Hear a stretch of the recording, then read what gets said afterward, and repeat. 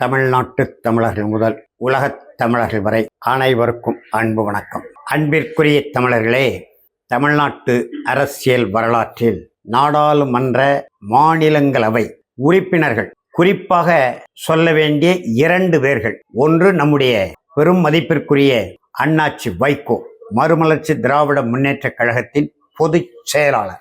இரண்டாவது நம்முடைய மதிப்பிற்கும் அன்பிற்கும் உரிய பாட்டாளி மக்கள் கட்சியினுடைய செயல் தலைவர் மருத்துவர் அன்புமணி ராமதாஸ். இந்த இரண்டு பேர் உள்ளிட்ட ஒரு 4 பேருடைய பதவி காலம் முடிந்து புதிதாக சொல்லக்கூடியவர் என்றால் கூத்தாடி கமலஹாசன் அங்கே போய் பதவி ஏற்றிருக்கிறார். குறிப்பாக இதில் நம்முடைய அண்ணாச்சி வைகோ அவர்கள் நாடாளுமன்ற மாநிலங்களவை உறுப்பினர் பதவி இழக்கக்கூடிய அந்த நாளுக்கு முதல் நாள் நாடாளுமன்றத்திலே அவருடைய தற்போதைய உடல்நிலையையும் பொருட்படுத்தாமல் நிறைய குறிப்புகளை வைத்துக் கொண்டு கர்ஷித்தார் என்றுதான் சொல்ல வேண்டும். ஆங்கிலத்தில் அவருடைய அந்த பேச்சை சமூக வலைதளங்களிலும் நாளிதழ்களிலும் பார்த்தோம். தமிழ் ஈழத்திற்காக என் வாளை தூக்குவேன் என்று சொல்லி இருக்கிறார். இது எப்படி என்று சொன்னால், அவர் மீது தனிப்பட்ட முறையிலே நமக்கு பெரும் மதிப்பு உண்டு. தமிழ்நாட்டு உரிமைகளுக்காக டெல்லி நாடாளுமன்றத்திலேயும் மாநிலங்கள் அவையிலையும் 1978 இருந்து என்று எண்ணுகிறேன் முதலாக நிரம்ப பேசியிருக்கிறார், ஆவேசமா பேசியிருக்கிறார், சினங்குண்டு கர்ஷித்திருக்கிறார். இப்படி பலபட சொல்லலாம். ஆனால் எதை ஈட்ட முடிந்தது தமிழ்நாட்டு உரிமைகளை? திராவிட முன்னேற்ற கழகம் 1967 ஆட்சிக்கு வந்த பிறகு ஏறக்குறைய 11 ஆண்டுகளுக்கு பிறகு இவரே தென் மாவட்டங்களிலிருந்து நல்ல பேச்சாளராக எடுப்பான தோற்ற பொழிவோடு ஆங்கில திறமையோடு நாடாளுமன்றத்தில் பேச வைக்க வேண்டும் என்பதற்காக திராவிட முன்னேற்ற கழகத்தின் சார்பில் ஐயா கலைஞர் அவர்களால் டெல்லிக்கு அனுப்பப்பட்டவர். அந்த 78 காலகட்டத்திலிருந்து இன்றைய வரைக்கும்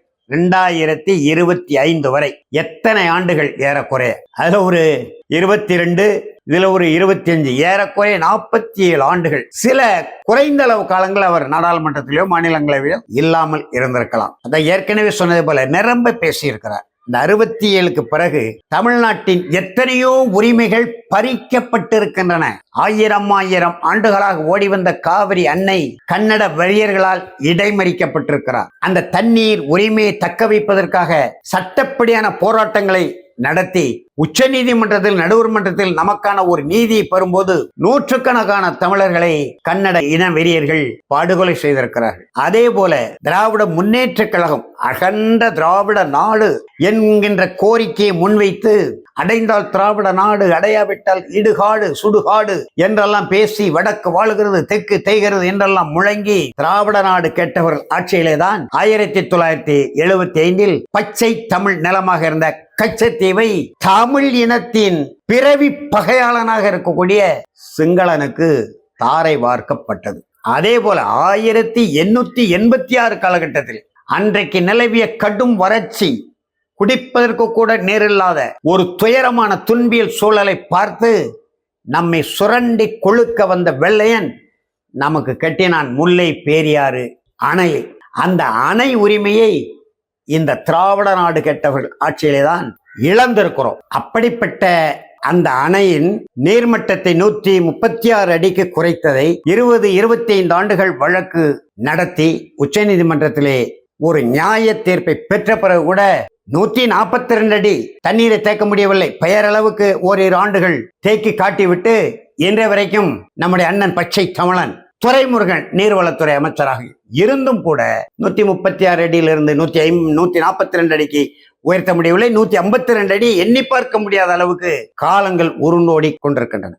இப்படிப்பட்ட எத்தனையோ உரிமைகள், சாலை போக்குவரத்து உரிமை, நீதிமன்றத்தை பாதுகாக்கிற உரிமை, அப்புறம் சரக்கு மற்றும் சேவை வரி, மாநில பட்டியலிருந்து கல்வி ஒன்றிய பட்டியலுக்கு பொதுப்பட்டியலுக்கு சென்றது, புதிய கல்விக் கொள்கை திணிப்பு, இந்தி திணிப்பு, இப்படி எத்தனையோ கொடுமைகள், எத்தனையோ உரிமை இழப்புகள் இந்த திராவிட நாடு கெட்டவர்கள் ஆட்சியிலே தொடர்ந்து, அது திராவிட முன்னேற்ற கழகமாக இருக்கலாம், அனைத்து இந்திய அண்ணா திராவிட முன்னேற்ற கழகமாக இருக்கலாம்.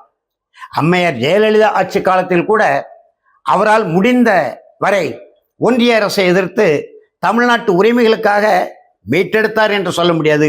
ஆனால் ஓங்கி குரல் கொடுத்த அந்த காட்சிகளை நாம் பார்க்க முடிந்தது. அதன் பிறகு 83 சிங்கள இன வெறியர்கள் நம்முடைய ஈழத் தமிழனத்தை அழித்து ஒழித்து அடக்குமுறை ஒடுக்குமுறை சிறை சித்திரவதை சிறைக்குள்ளே படுகொலை 1983 சூலை 23 கொழும்பு நகரிலே 5000 தமிழர்கள் படுகொலை கல்வி உரிமை மறுப்பு வேலைவாய்ப்பு உரிமை மறுப்பு பிழைப்பு உரிமை மறுப்பு குடியிருப்பு உரிமை மறுப்பு மலையக தோட்ட தொழிலாளர்களுடைய குடியுரிமை மறுப்பு என்று எவ்வளவோ கொடுமைகளை பார்த்த பிறகுதான் இனி தனித்தமிழ் ஈழ நாடு ஒன்றே இறுதி தீர்வு என்று ஒரு முடிவெடுத்து இளைஞர்கள் கூட்டம் புலிகளாக மாறி அந்த காலகட்டத்திலே நம்முடைய மறைந்த புலவர் புலமை பித்தன் ஒரு பெரிய பாடலை எழுதினார். தண்ணீர் துளிகள் விழுகிற இடத்திலே புல் பூண்டுகள் முளைக்கும், கண்ணீர் துளிகள் விழுகிற இடத்திலே புரட்சியே வெடிக்கும், ஆனால் குருதி துளிகள் விழுகிற இடத்திலே புலிகளே முளைப்பார்கள் என்பதற்கு எடுத்துக்காட்டு தமிழ் ஈழ விடுதலை புலிகள் என்று பெரிய பாட்டு எழுதினார். மறந்து போச்சு. அந்த பாடல் அடிகளுக்கு இலக்கணமாக 83 2009 வரை ஏறக்குறைய 30 ஆண்டு காலம் கடும் போர் நடத்தி தமிழ் ஈழம் என்ற நாட்டே பெற்றார். பக்கத்துல இன்றைக்கு 8 கோடி தமிழர்கள் இருக்கிறோம். கூப்பிடும் தொலைவு 16 கல் தொலைவு தமிழ் நாட்டிற்கும் தமிழ் ஈழத்திற்கும் இருந்தும் கூட தேசிய தலைவர் மேதகவி பிரபாகரனார் தன்னுடைய ஈகத்தாலும் வீரத்தாலும் அளப்பரிய இளைஞர்களின் உயிர் கொடையாலும் 16 ஆண்டு காலம் புலிக்கொடியை பறக்க விட்டார். நாணயம் மட்டும்தான் அச்சிடவில்லை. ஒரு தனி நாட்டுக்குரிய எல்லா இலக்கணமும் பொருந்தி பார்க்கக்கூடிய அளவுக்கு ஒரு நாட்டையே படைத்தார். அந்த நாட்டை தக்க வைக்க முடியவில்லை. எதற்காக இந்த செய்திகளை மீண்டும் மீண்டும் நினைவுக்கு கொண்டு வருகிறோம் என்று சொன்னால், அண்ணாச்சி வைகோவை பொறுத்தவரை ஒரு ஆற்றல் வாய்ந்த பேச்சாளர் மட்டுமல்ல, செயலாளரும் அறப்போர் களத்திலே மிகப்பெரிய போராளியும் ஆவார்.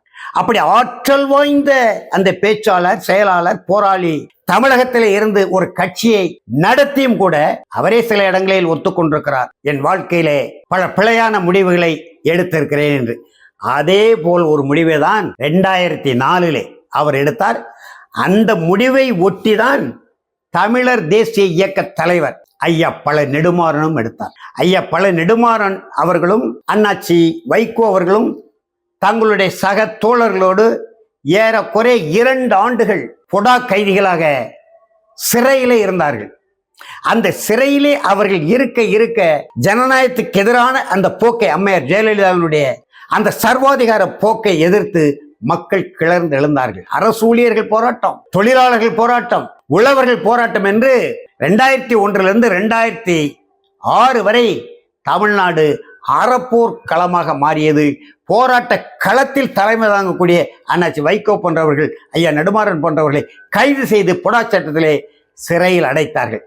மக்களுடைய கொந்தளிப்பை கண்டு உணர்ந்த திமுக தலைவர் ஐயா கலைஞர் முக்கருணாநிதி அவர்கள் அந்த நேரத்திலேயும் இந்த தலைவர்களுடைய ஈகத்தை அறுவடை செய்கின்ற நோக்கத்தை நானே போய் பார்த்தேன். 2003 ஏப்ரல் திங்கள் இறுதியில் அதுக்கான ஆவணமெல்லாம் இருந்தது. இந்த வெள்ளத்தில் அடித்து சென்றதில் அதுவும் போய்விட்டது. ஐயா கலைஞரை போய் பார்த்தேன். தலைவர் நெடுமாறனை கடலூர் சிறையில் சந்தித்து பேசிவிட்டு பொடாவுக்கு எதிரான நிலைப்பாடை திராவிட முன்னேற்ற கழகம் எடுத்து விட்டது. அதற்கான ஒரு மிகப்பெரிய பட்டினி போராட்டத்தை தமிழ்நாடு முழுவதும் நடத்திவிட்டது. ஜெயலலிதா சர்வாதிகாரத்திற்கு எதிரான அறப்போர் களத்தை திமுக தொடங்கிவிட்டது. அதற்காக நம்முடைய இயக்கத்தின் சார்பிலே கலைஞரை சந்தித்து ஒரு நன்றி தெரிவித்து விட்டு வாருங்கள் என்று ஐயா பழ நெடுமாறன் சொன்னார். அந்த நேரத்திலே அறிவாலயம் சென்று ஐயா கலைஞரை சந்தித்து ஒரு 5 நிமிடம் பேசுகின்ற அந்த வாய்ப்பிலே அவர் என்ன நினைக்கிறார் என்பதை மறைமுகமாக அவர் சொன்னார். நான் முழுமையாக அதை உணர்ந்து கொண்டேன். இந்த தியாக தலைவர்களுடைய அந்த ஈகத்தை அறுவடை செய்து தனக்கு சார்பாக, தன்னுடைய திராவிட முன்னேற்ற கழகத்து சார்பாக கொண்டு வந்து நிறுத்தக்கூடிய வேலை திட்டத்தை வகுத்து அவர் வேலூர் சிறைக்கு சென்று அண்ணாச்சி வைகோ அவர்களை சந்தித்தார். இன்றைய மாண்புமிகு முதலமைச்சர் மு.க. ஸ்டாலின் அவர்களை கடலூர் சிறைக்கு அனுப்பி ஐயா பழ நெடுமாறனை சந்திக்க வைத்தார். நான் சந்திக்கும் போது சொன்னார், நெடுமாறன் என் தம்பி, உண்மையிலே மா வீரர் தான். ராஜீவ்காந்தி கொலை வழக்கை, அந்த 26 பேருடைய மரணத்தினை எதிர்த்து நெடுமாறனை தவிர வேறு எவரும் உச்ச நீதிமன்றத்துக்கு போயிருக்க முடியாது. அப்படியே போயிருந்தால் அவர் எவராக இருந்தாலும் உயிரோடு இருந்திருக்க முடியாது என்றெல்லாம் ஒரு 5 நிமிட உரையிலே சொல்லிவிட்டு, இந்த முறை என் தம்பியை விடமாட்டேன், நெடுமாறனை டெல்லி நாடாளுமன்றத்துக்கு அனுப்புவேன், போய் சொல்லுங்கள் என்று என்னிடத்திலே சொன்னார். விடுதலையான பிறகு ஐயா நெடுமாறன் இடத்துல சொன்னேன், நம்முடைய தமிழர் தேசிய இயக்கம் தடை செய்யப்பட்டு இருக்கிறது அம்மையார் ஜெயலலிதா அவர்களால். ஏற்கனவே 91க்கு பிறகு தமிழீழ விடுதலை புலிகள் இயக்கத்திற்கு தடை இருக்கிறது. இந்த தடைகளை நாம் தகர்க்க வேண்டும். இன்னைய வரைக்கும் தமிழர் தேசிய இயக்கத்தை தடையை தகர்க்கல. தமிழர் தேசிய இயக்கம் தமிழர் தேசிய முன்னணியாக பெயர் மாற்றம் செய்யப்பட்டிருக்கிறதை தவிர தமிழர் தேசிய இயக்கத்துக்கான தடையை ஐயா நெடுமாறனால இன்றைய வரைக்கும் நீக்க முடியவில்லை. அது ஒரு பக்கம் இருந்தாலும் இதையெல்லாம் எடுத்துக்காட்டாக வைத்து இயக்கத்துடைய எதிர்காலம், தமிழீழ விடுதலை போராட்டத்தினுடைய எதிர்காலம், தமிழீழ விடுதலையின் எதிர்காலம் இவற்றை கணக்கில் எடுத்துக்கொண்டு இந்த முறை நாடாளுமன்ற தேர்தல் ஐயா நீங்கள் போட்டியிட வேண்டும். கலைஞர் இடம் தருவதற்கு மதுரை தொகுதி ஒதுக்குவதற்கு தயாராக இருக்கிறார் என்று சொன்னேன். ஏழை சொல் அன்றைக்கு அம்பலம் ஏறவில்லை. அவர் எதற்கு விஎன்ஆர் என்னை தேர்தல் நிற்க சொல்கிறார்? திராவிட முன்னேற்ற கழகத்தை நம்பி தேர்தல் நிற்க முடியாது, அப்புறம் எதுக்கு திராவிட முன்னேற்ற கழக கூட்டணியை நம்ம ஆதரிக்கணும் என்பதுதான் என்னுடைய வினாவாக இருந்தது. அதுதான் ஐயாவுக்கு எனக்கும் பெரிய கருத்து முரண் உருவானதே அந்த காலகட்டம் தான். அதே போல அண்ணாச்சி வைகோ அவர்கள் திராவிட முன்னேற்ற கழக கூட்டணியில் சேர்ந்து விட்டு தொகுதிகளை பற்றி பேசுகிறார். சேருவதற்கு முன்பே மறைமுகமாக தொகுதிகள் எத்தனை எங்களுக்கு தருவீர்கள் என்று பேசிவிட்டு சேர்ந்திருக்கணும். இவர் எதிர்பார்த்த தொகுதி கிடைக்கவில்லை என்றவுடனே இவருக்கு கிடைத்த தொகுதியிலே சிப்பிப்பாறை ரவிச்சந்திரனை தன்னிடம் உதவியாளராக இருந்த அவரை வேட்பாளர் நிறுத்தி வெற்றி பெற வைத்தார். நெடுமாறன் ஐயா தமிழர் தேசிய இயக்கத்தின் தலைவராக புடா சட்டத்திலே 1.25 ஆண்டுகாலம் சிறையில் இருந்தவர். நம்முடைய இயக்கம் தடை செய்யப்பட்டிருக்கு, தடையை தகர்க்க வேண்டும், விடுதலை புலிகள் மீதான தடையை தகர்க்க நாடாளுமன்றத்தில் குரல் கொடுக்க வேண்டும், நம்முடைய கட்சி சார்பில் இயக்கத்தின் சார்பில் நீங்கள் நில்லுங்கள் என்று சொன்னார். அவர் அந்த நேரத்திலே புதிய தமிழக கட்சியினுடைய தலைவர் மருத்துவர் ஐயா கிருஷ்ணசாமி அவர்களுக்கும் விடுதலை சிறுத்தைகள் கட்சியின் தலைவர் அன்பு தம்பி தொல் திருமாவளவன் அவர்களுக்கும் இடங்கள், அதாவது தொகுதிகளை ஒதுக்குங்கள் என்று கலைஞரிடமே போய் பேசினார். நமக்கு அதுல உடன்பாடு. அந்த தேர்தலில் மட்டும் ஐயா பல நெடுமாறன் மதுரை தொகுதி ஏன் என்று சொன்னால் 40 அந்த 2004ஆம் ஆண்டு நாடாளுமன்ற பொது தேர்தலில் 40 தொகுதிகளும் திமுக கூட்டணி வென்றது. பாட்டாளி மக்கள் கட்சி 6 தொகுதிகளை வென்றது. ஏற்கனவே நம்ம பதிவு செய்திருக்கிறோம். பாட்டாளி மக்கள் கட்சி போட்டியிட 6 தொகுதிகளிலும் ரஜினிகாந்தனுடைய அண்ணன் உட்கார்ந்து ரஜினிக்கு எதிரான பாட்டாளி மக்கள் கட்சி செயல்பாடு இருக்கு என்று சொல்லி அந்த 6 தொகுதியில் பாமகவை தோற்கடிப்பதற்கு மூட்டை மூட்டையாக பணத்தை கொண்டு வந்து செலவு செய்து வேலை செய்தார்கள். அதை பார்த்து அஞ்சி ஐயா கலைஞர் அந்த நேரத்தில் சொன்னார், 34 தொகுதிகள் வெல்லுவது உறுதியினார். அதை எதிர்த்து மறுத்து தமிழினப்பரால் மருத்துவர் ஐயா அவர்கள் 40 நமதே நாளையும் நமதே என்றால் 40 வெற்றி பெற்றது. அப்ப அந்த 40 நாடாளுமன்ற தொகுதிகளும் ஒரு கூட்டணிக்கு வெற்றி பெறுகிறது என்று சொன்னால் ஐயா பல நெடுமாறன் இந்தியா முழுவதும் அறிமுகமான காங்கிரஸ் பேரியக்கத்திலே ஒரு தலைவர், மொழிவெளி தேசிய உரிமைகளுக்காக தன்னுரிமைக்காக போராடக்கூடிய தலைவர்களோடு தொடர்புடையவர்.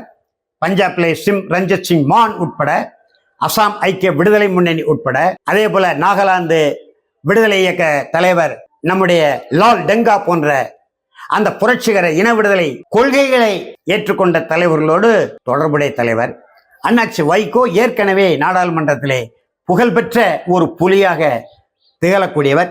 இந்த 2 பேர்களும் 2004ஆம் ஆண்டு நாடாளுமன்ற தேர்தலில் போட்டியிட்டு வெற்றி பெற்றிருந்தால் இன்றைக்கு சொல்கிறேன், முள்ளிவாய்க்கால் இனப்படுகொலை கிடையாது. தமிழீழ விடுதலை புலிகள் இயக்கம் இன்றைக்கு செயல்படாம இருக்கிற இந்த துயர நிலையும் நமக்கு ஏற்பட்டிருக்காது. ஏனென்று சொன்னால் இந்திய அரசனுடைய முழுமையான உதவியோடு ஒத்துழைப்போடு உளவுத்துறையினுடைய கண்காணிப்பு கருவிகளை வைத்து செய்திகள் எடுத்து சிங்கள இனவெறி இராணுவத்திற்கு கொடுத்த அந்த நிலைகள், பொருளாதார உதவிகள், ஆயுத உதவிகள், தமிழீழ விடுதலை புலிகளை அழித்து ஒழிக்க வேண்டும் என்கின்ற அந்த வெறி, சிங்கள இனவெறியோடு இந்திய இனவெறியும் இணைந்துதான் அந்த முள்ளிவாய்க்கால் இனப்படுகொலை நிகழ்ந்தது. ஆனால் அந்த நேரத்திலே திராவிட முன்னேற்ற கழகத்தின் கூட்டணி சார்பிலே வெற்றி பெற்ற 40 நாடாளுமன்ற உறுப்பினர்கள் ஆதரவோடு தான் மன்மோகன் சிங் அங்கே காங்கிரஸ் ஆட்சியை கோலோச்சி கொண்டிருந்தார். அவரே சொல்லியிருக்கிறார், ஒவ்வொரு நாளும் காலை 9லிருந்து 10க்குள் கோபாலபுரத்துக்கு தொடர்பு கொண்டு தொலைபேசியில் பேசிவிட்டு தான் என்னுடைய அரசியல் நகர்வுகளே, ஒவ்வொரு கோப்புகளில் கையெழுத்து போடும்போது கலைஞருடைய கருத்தை என்ன என்று அறிந்துதான் நான் கையெழுத்திடுவேன் என்று அவரே சொல்லியிருக்கார். அப்படியானால் செல்வாக்குமிக்க அண்ணாச்சி வைகோ அவர்களும் அகில இந்தியா முழுவதும் அறிமுகமான ஐயா நெடுமாறன் அவர்களும் நாடாளுமன்ற உறுப்பினர்கள் இருந்தால் இனப்படுகொலை அங்கே நடக்கும்போது 100 நாடாளுமன்ற உறுப்பினர்களை திரட்டி குடியரசுத் தலைவர் மாளிகை முற்றுகையிட்டு போராட்டம் நடத்த முடியும்.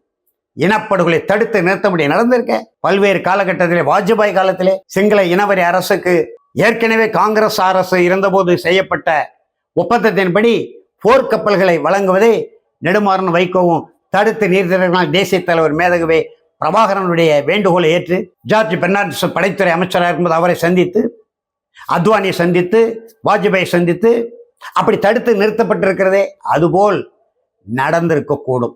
எனவே அன்றைய காலகட்டத்தில் 2004ஆம் ஆண்டு நாடாளுமன்ற பொதுத் தேர்தலை ஒட்டி நம்முடைய மதிப்பிற்குரிய அண்ணாச்சி வைகோ அவர்களும் நம்முடைய மதிப்பிற்குரிய தலைவர் ஐயா பல நெடுமாறன் அவர்களும் எடுத்த தவறான முடிவுகள் தான் இனப்படுகொலை நிகழ்வுக்கு காரணமாக அமைந்து விட்டது. இல்லையானால் இந்த ஆற்றல் வாய்ந்த 2 பேரும் நாடாளுமன்ற உறுப்பினர்களாக அங்கே சென்றிருந்தால் உறுதியாக தடுத்து நிறுத்த முடியும்.